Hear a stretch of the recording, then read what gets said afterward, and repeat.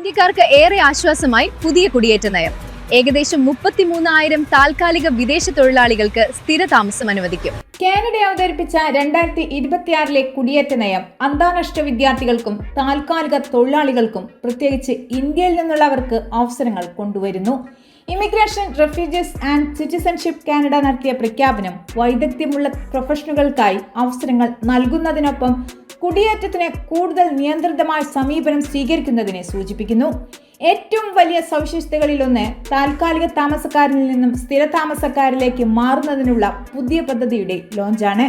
ഈ പരിപാടി പ്രകാരം 2026 2027 ഏകദേശം 33,000 താൽക്കാലിക വിദേശ തൊഴിലാളികൾക്ക് സ്ഥിരതാമസം അനുവദിക്കും.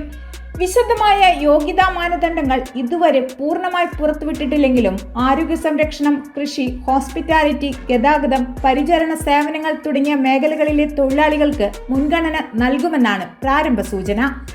അതേസമയം 2026 മുതൽ 2028 വരെ കാനഡ പ്രതിവർഷം 3,80,000 സ്ഥിരതാമസക്കാരെയാണ് ലക്ഷ്യമിടുന്നത്.